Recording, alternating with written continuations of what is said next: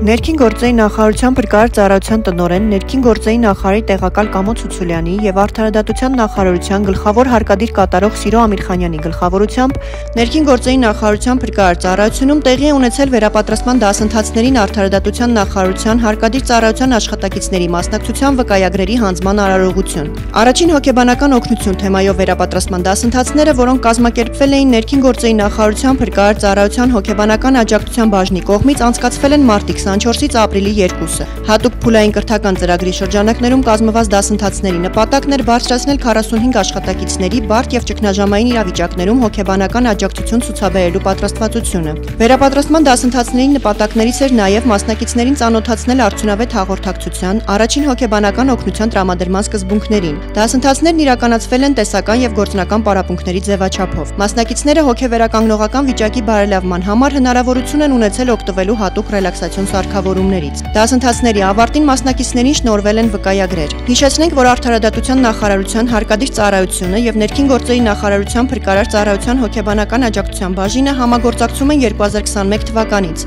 եւ նմանատիպ միջգերատեսչական հանդիպումները կրում են շարունակական բնույթ, նպաստելով մասնագիտական կարողությունների զարգացմանը եւ աշխատակիցների հոգեկան առողջության պահպանմանը։